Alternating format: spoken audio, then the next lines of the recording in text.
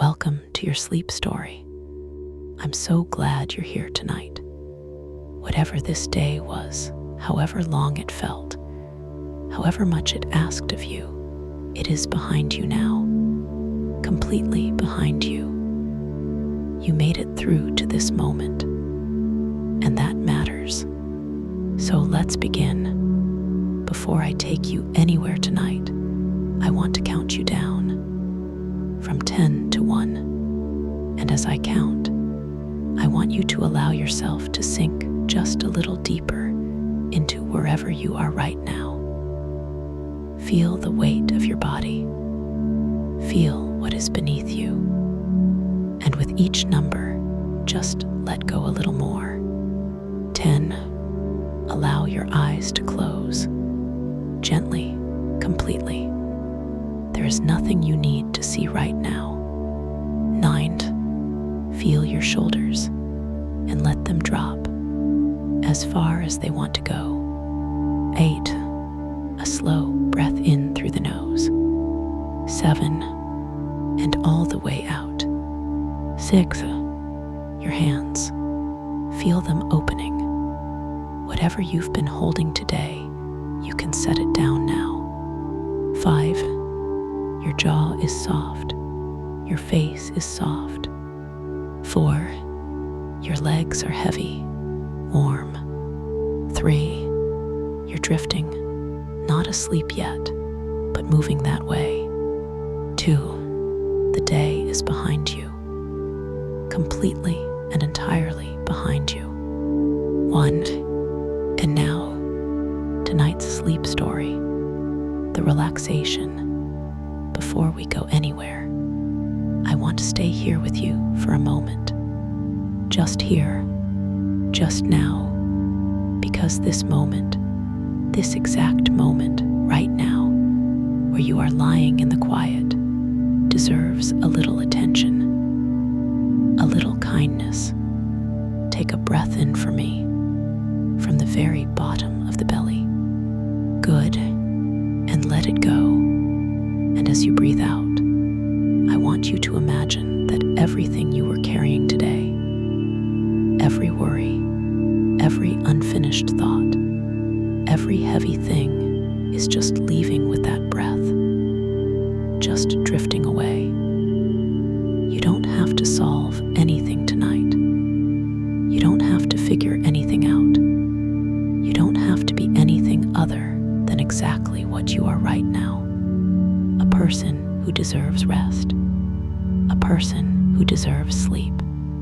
Because you do. You really do. Whatever happened today, whatever was hard, whatever felt heavy, you made it through. You are here. And that is enough.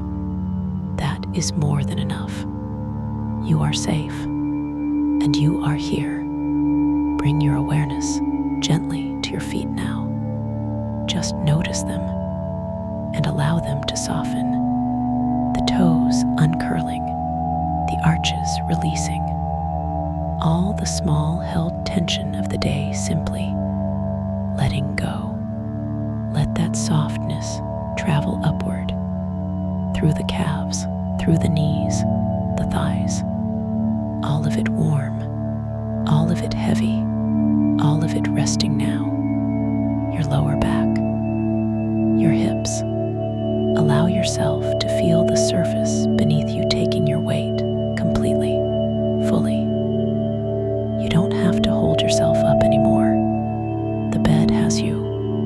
The earth has you. The belly soft. The chest soft. The heart beating steadily as it always has, as it always will.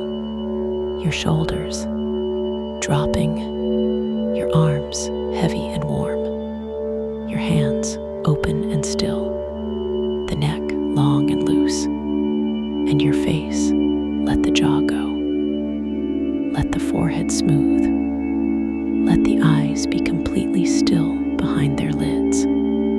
There you are, from the top of your head to the tips of your toes, completely soft, completely warm, completely at rest. You've done beautifully. Now, let me take you somewhere very quiet, somewhere the world has slowed all the way down, somewhere a small iron stove is burning, and the valley outside is still, and the stars above the hills are extraordinary. Come with me. The valley. Imagine a valley, not a wide valley, not a dramatic one, a small valley, the kind that folds between two long hills, tucked away. The hills on either side gentle and rounded and covered in grass that is a deep, dark green even in the fading evening light. The kind of valley that the maps know about, but that most people pass without noticing. The road going over the hill rather than through. The valley kept to itself. It has been kept to itself for a long time. The hills on either side are ancient, not mountains, not dramatic, just old, worn down by time into their gentle shapes, the grass on them unbroken, the old field boundaries still visible in the low evening light as faint ridges and lines running up and across the hillside. A stream runs through the valley floor, small, not urgent, the kind of stream that moves at its own pace, finding the lowest point, taking the time it takes, making the small sounds that small streams make over rounded stones. You can hear it from here, just the faintest sound, water over stone, and in the valley, one light, small, warm, amber, the shepherd's hut. The shepherd's hut. It sits on a slight rise above the valley floor, not high, just enough to keep it clear of the stream in a wet winter, just enough to give it a view of the whole valley from its small window. The hut is old, not ancient, but old. The kind of old that comes from being used and repaired and used again over many decades. Its walls are wood, thick planks, painted a dark green that has faded in places to gray, the paint peeling slightly at the edges and around the window frame. Its roof is curved, the shepherd's hut's distinctive barrel roof, arched like the hull of an upturned boat, its iron cladding slightly rusted in the joins. 4 wheels. Beneath the hut, 4 large iron wheels, set into the grass, the wheels that once allowed the hut to be pulled by a horse from one part of the hill to another, following the flock, following the grazing. Those days are long past. The wheels have not moved in years. Grass has grown up around them, partially hiding them. The hut settled into its spot, as if it has decided this is where it belongs. A small chimney on the roof, and from the chimney, smoke, a thin thread of it, pale gray against the evening sky, rising straight up in the still air. The stove is burning. Someone is in. You walk toward it. The door of the shepherd's hut faces the valley. Of course it does. Whoever placed it this way knew what they were doing. The view from the door is the whole valley, the stream below, the hills on either side, the sky above filling the space between the hills with whatever the evening has to offer. Tonight the evening has a clear sky, the last of the light fading in the west, a soft amber glow above the hill there, not dramatic, just the day's quiet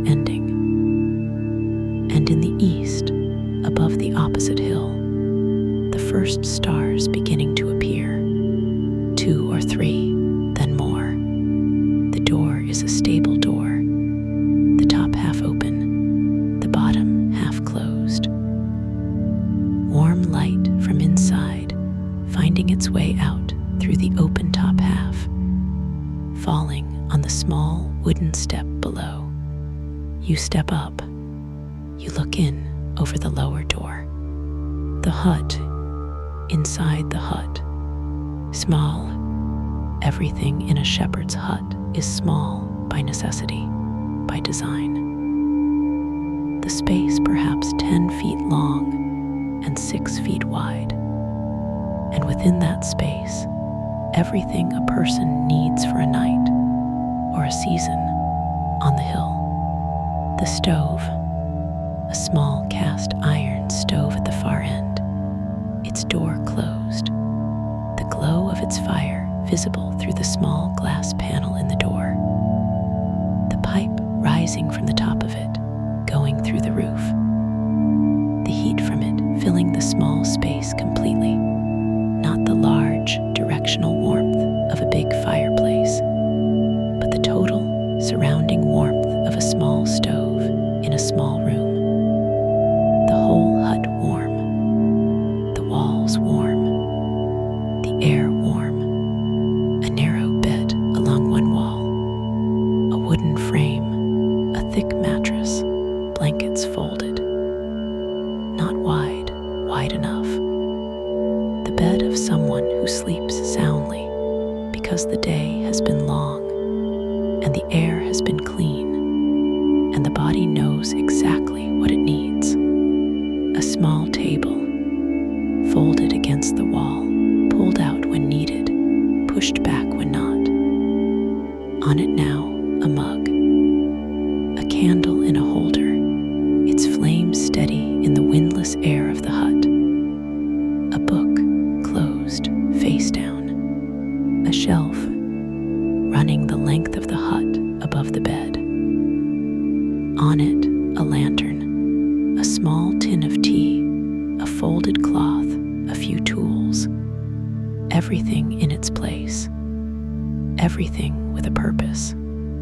The window, small and square, set into the wall opposite the bed, facing the valley.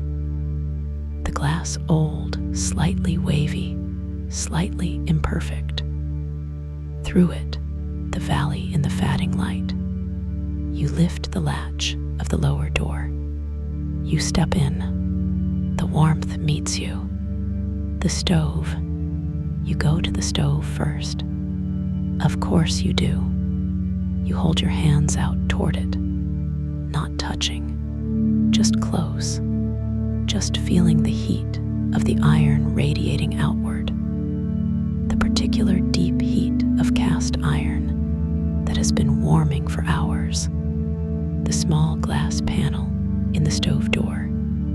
You crouch slightly to look through it, the fire inside, small, contained, doing exactly what it needs to do in the small space it has been given. The wood glowing orange and white at its hottest, the coals settled at the base, the whole thing burning with a quiet efficiency. A small fire, but completely sufficient. This is the thing about small stoves in small spaces. They are perfectly matched to their purpose. Not too much, not too little. The fire and the hut in proportion to each other. The warmth they make together exactly right. You stand up. Your hands are warm now. Your face is warm. The whole front of you is warm. And you breathe in the smell of it. The wood smoke, very close, very present in this small space. Not the ghost of wood smoke you might catch in a larger room. Real and immediate. The smell of something burning just a few feet away. It is one of the oldest smells, one of the most human smells. fire in a shelter, warmth made against the cold. You are safe. The shepherd. There was a shepherd who used this hut. His name was Ewan. He used it for 30 years, every lambing season, from February through to April, sleeping here on the hill to be close to the flock, checking the ewes through the night, going out every few hours in whatever weather, coming back to the warmth of the stove. He didn't mind the nights. He would tell you that if you asked him, if you met him, if you found him sitting outside on the wooden step in the morning with his tea, looking out at the valley in the early light.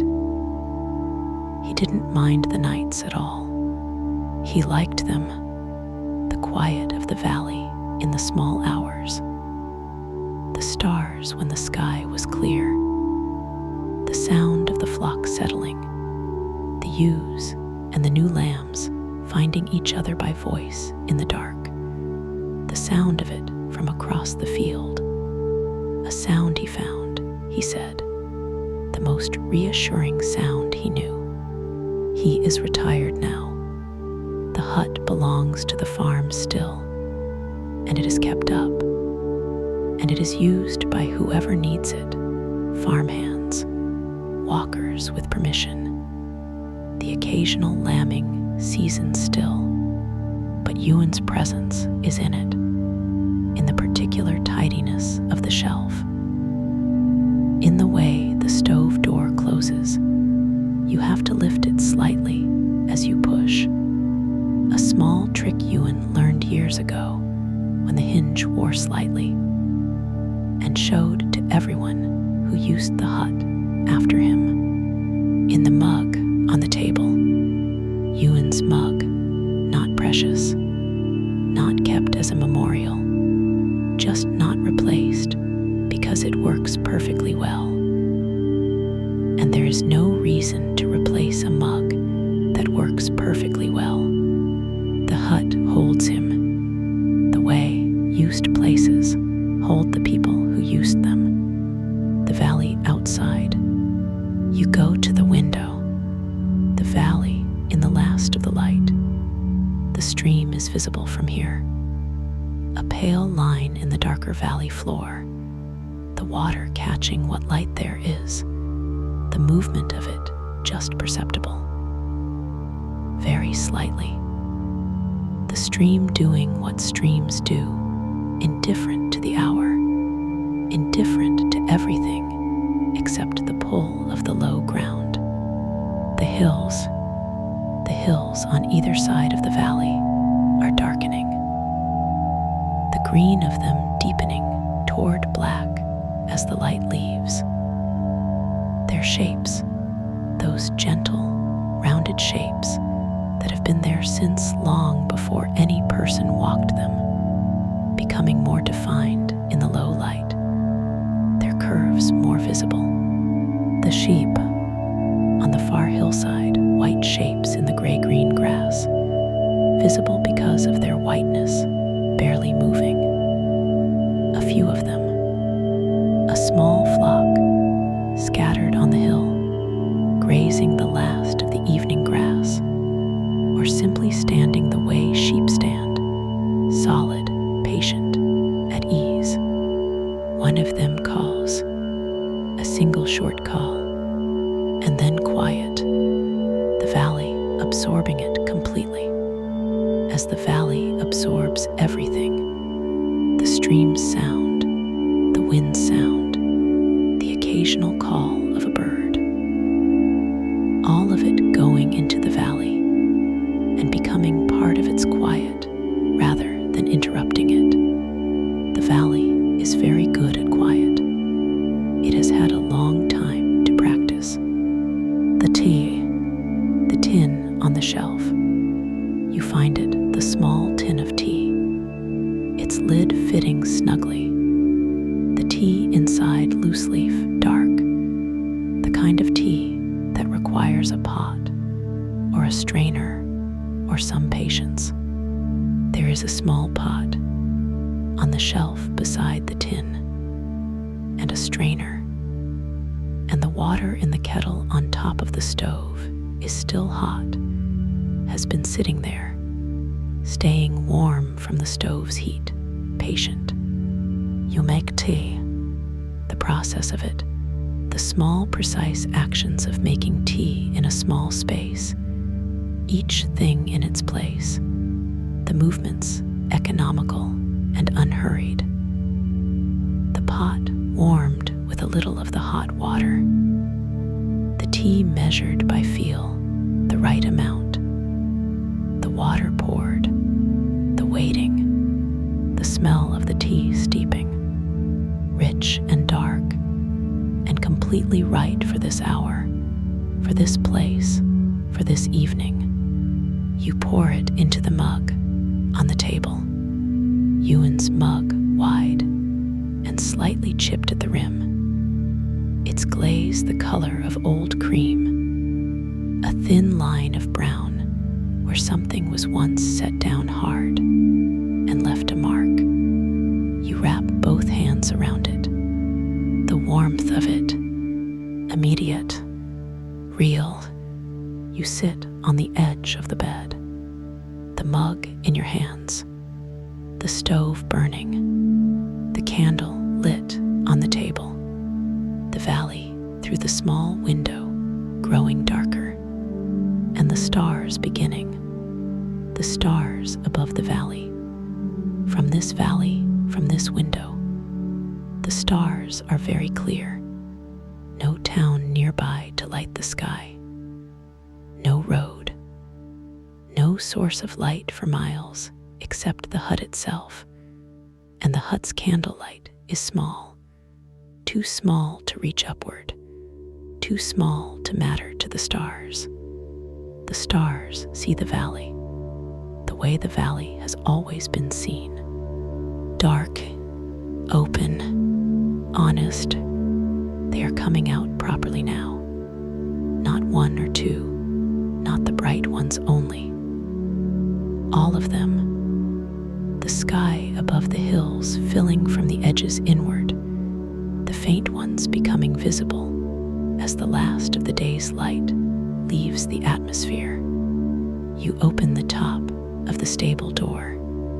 The night air comes in, cool, clean. The smell of the valley, grass and stream, and the cold, deep smell of the hills at night. The smell of the earth releasing its warmth slowly into the cooling dark. You lean against the door frame. You look up, the Milky Way. Here in this valley, away from all the light, the Milky Way is not a suggestion. It is a river, a wide, luminous, complex river of light running across the full width of the sky above the valley, from one hill to the other. You stand and look at it, and you feel what everyone feels when they stand under a sky like this and look at it properly, very small and completely held, both at once. The sound of the valley, 18 night. Close the door, not completely. Leave the top half slightly ajar. The night air still coming in. The sounds of the valley still audible. The stream, always the stream. Constant, low, the sound of water over rounded stones that have been in that stream for longer than anyone can know. A sound that is not one sound, but many. The higher note of the water over the shallow, crossing to the east. The lower sound of the deeper pool below the bend. The middle sounds of all the water between. The sheep, very occasionally. Not often the flock has settled, the ewes and lambs paired, the night routines established. But occasionally one of them calls. A brief, low sound, almost always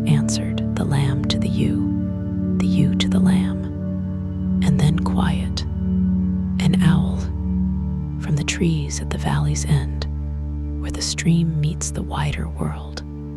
A barn owl, maybe, or a tawny. You can't be certain from here.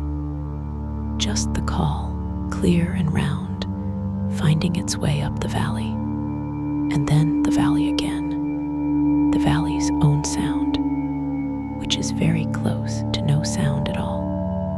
Just the stream, just the slight movement of the air, just the stars, if stars made sounds.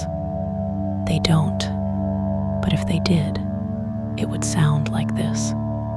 The bed along the wall, a narrow bed, a shepherd's bed not built for luxury, built for rest, for the real rest of someone who has been outside all day, in all weathers, who has walked the hill and checked the flock and done what needed doing. The mattress is thick, thicker than you expected. Someone invested in a good mattress for this hut. Perhaps Ewan, perhaps someone before him.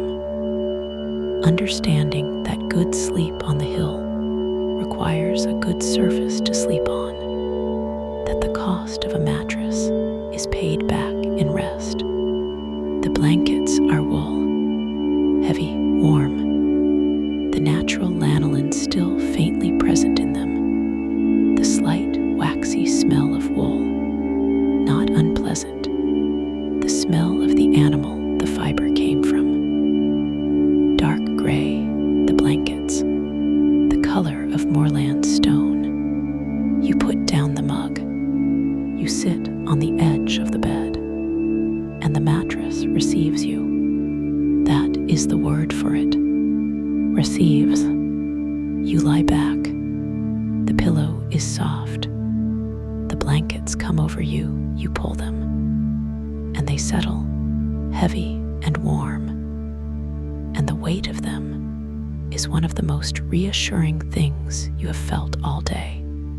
Weight without burden, warmth without heat, the stove burning quietly at the far end of the hut, the candle on the table, its flame steady, the valley outside. What EWAN knew. Ewan knew things about this valley that no book records. He knew which part of the East Hill held its snow the longest in winter. A north-facing hollow, he said, that the sun never found properly, even in summer. He knew where the stream pooled deep enough to be cold, even in August, and where it ran shallow enough to cross dry-footed, even in October. He knew the sounds of the valley, the way you know the sounds of your own house, which meant he also knew when something was different, the call of a you that was not quite right, the note of distress in it, almost imperceptible, the difference between a routine call and a call that meant something needed attention. He would hear it through the walls of the hut, through sleep, and be up before he was fully awake. The sound of weather coming. He said there was a sound the valley made before rain, a particular settling of the air, a change in the stream's note, something he couldn't describe precisely, but knew with complete reliability. He was almost always right. The valley spoke to him, or rather, he had listened to the valley for long enough that its language had become his language. The 30 years of lambing seasons, the 30 years of nights in this hut, the 30 years of the stream and the owl and the sheep on the hill. He didn't know everything. He knew this, and this was enough. Growing still, the tea is finished. The mug on the table, warm to the touch still. The candle burning quietly, the stove doing what it does, the small sounds of the wood settling, the faint tick of the iron expanding as it heats, the very occasional sound of the fire within. The valley is outside. The stars are outside. The stream is running. The sheep are on the hill. You are in the bed, under the wool blankets, in the warm hut. If thoughts are arriving, and they probably are, because that is what minds do, they are not staying long. They come, you see them. They go, like clouds crossing the stars outside. Just let them pass. You don't need to hold any thought right now. You don't need to follow anything to its end. You don't need to do anything at all. Just the warm, just the quiet, just the small sounds of the stove, just the stream faintly through the door. Peace lives inside you. It was always there. But tonight, here in this hut, in this valley, under these stars, you can feel it clearly, without anything in the way. You deserve to feel it. You deserve this rest, every moment of it. Good night. You are doing so beautifully. The day is done. You came down into this valley tonight. You found the hut and the stove and the mug of tea and the wool blankets and the view of the stars above the hills. The valley received you, as quiet places receive people who come to them needing rest, without condition, without asking anything in return, simply offering what they have: the silence, the stream, the stars, the warmth of a small stove in a small hut at the end of a long day. Carry it with you on the difficult days, the loud days, the heavy days, the days when everything feels too much. Remember this valley. Remember the hut on the rise above the stream, the amber light in the window, the smoke from the chimney going straight up in the still air, the stars above the hills. You know the way here now, but tonight you are already here. The blankets are warm. The stove is burning. The valley is quiet. Sleep now, deeply, peacefully. You deserve every quiet, still, valley dark, star-filled moment of this rest. Every single one. Good night. Sleep well. The hut and the valley through the night. The stove through the hours. The stove burns through the night, not with the same energy as the evening. The fire has settled, the wood burned down, the coals deep and constant. But it burns. The iron stays warm. The hut stays warm. In the small hours, the fire will be at its lowest, the coals glowing without flame, the iron cooling very slightly at the edges, the hut a few degrees cooler than the evening, but still warm, the walls having absorbed the heat of the fire through the evening, and now returning it slowly. At some point, perhaps 2 in the morning, perhaps 3, the fire will need a log. But that is not now. Now the coals are sufficient. The hut is warm, and the stove does what small stoves in small spaces do. It tends the warmth without drama, without requiring attention. It is enough. It is more than enough. The stream at night. The stream runs all night. Of course it does. It has been running all night for as long as this valley has existed. Longer than the hut. Longer than the walls on the hillsides. Longer than any of the marks that people have left on this place. The water comes from the hill, from springs high up on the east hill, places where the water that has soaked into the hillside during rain finds the layer of stone that it cannot pass through, and is turned sideways and follows the rock until it finds the surface. A spring is patient. It doesn't hurry. It finds the surface when it finds the surface, and then it flows down the hillside, joining other trickles, other flows, the water gathering as it descends, becoming the stream you can hear from the hut. At night, the sound of the stream is clearer. The daytime sounds the birds, the wind in the grass, the occasional sound of a vehicle on the distant road.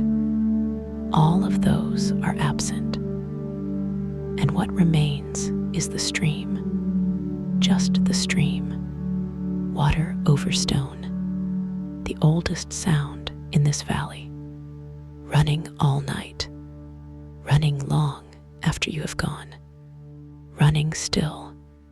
The sheep on the hill, the sheep are settled. The flock, 20, perhaps 30, distributed across the lower part of the east hill, some standing, most lying, the whole assembly at rest in the way that sheep rest at night, each ewe near her lamb, the pairing that happens in the first hours of a lamb's life, the ewe learning her lamb's smell and voice, the lamb learning its mother's, is so strong that even in the dark, even in a field of other sheep, they find each other. They always find each other. The flock breathes. You cannot hear it from the hut, but it is happening. The slow, warm, collective breath of 30 animals resting on the hillside, each one a small furnace of warmth, the grass around them holding that warmth. The hill is warmer where the flock lies, very slightly, measurably, the warmth of the animals soaking into the ground beneath them, the ground returning it, the hill and the flock in their old exchange. This has been happening on this hill for a very long time. The breed of sheep may have changed. The boundaries of the field may have shifted. The person in the hut has changed many times, but the exchange has not changed. The sheep, the hill, the warmth between them, what the valley holds. The valley holds things, not dramatically, not in any way you could point to or measure, but old valleys hold old things, the accumulated quiet of all the time they have been valleys, all the weather they have received, all the seasons they have cycled through without being asked to account for themselves. This valley has been here in roughly this form, these hills, this stream, for longer than any human memory reaches. The Bronze Age people who left their marks on the upper hill, the faint outlines of their field systems, visible from above, they knew this valley, walked its floor, used its stream, kept their animals on its hills. The medieval shepherds who built the first walls, the farmers who drained the wetter parts of the valley floor in a more recent century. You and now you, all of you in this valley, one after another. The valley receiving each of you the way it receives the rain, without preference, without distinction, simply taking in what comes and returning what it returns. The valley does not know your name. It doesn't need to. You are here, and that is enough. And it holds you as it has held everyone, in the quiet, in the dark, in the old, patient, complete silence of a small valley at night, the cold before dawn. In the hours before dawn, the valley is at its coldest. The temperature dropping through the night reaches its lowest point in the hour before the sun. The grass on the hillside will have a frost on it, not hard, not damaging, just the thin white coating of moisture frozen on the grass blades, each one perfectly crystallized. The stream still running. Ice does not form on moving water easily. The movement keeps it liquid, even in a light frost. The stream runs clear and cold and fast over its stones. Its sound, if anything, slightly clearer in the cold air. The cold air carrying sound more efficiently. The stars at their brightest. The coldest air is the clearest air. The sky above the valley at 4 in the morning, on a clear night, in a place this dark. It is extraordinary. The Milky Way not just visible, but present. The depth of it apparent. The sense of looking into something rather than at something. The hut warm. Inside the hut, the stove, even at its lowest, keeping the air inside several degrees warmer than the air outside. The difference between outside and inside enormous now. The frost on the grass and the warmth under the wool blankets. You are on the warm side of that difference. Deeply, completely, on the warm side. The frost can be beautiful out there. It will be beautiful in the morning. When the first light catches it, the whole hillside will glitter. But that is morning. For now, the dark, the warm, the stream, the stars, and you sleeping. The dawn in the valley. It comes quietly. The way dawn comes in a valley, not a sudden thing, a gradual thing. The sky above the eastern hill beginning to change, the dark blue of it lightening through shades toward the pale gray blue of pre-dawn. The birds first, always the birds first. A song thrush, somewhere in the hawthorn at the valley's edge. Its song beginning in what feels like the middle of the night, the darkness still complete, the thrush not waiting for light to begin. Its song the most complex bird song in this valley. The phrases repeated twice and 3 times. The whole song a long improvisation on themes the bird has been developing all its life. Then a robin, then others, and with the birds, the light, finding the top of the east hill first, the highest point, the pale gold of early sun touching the grass there before anything else.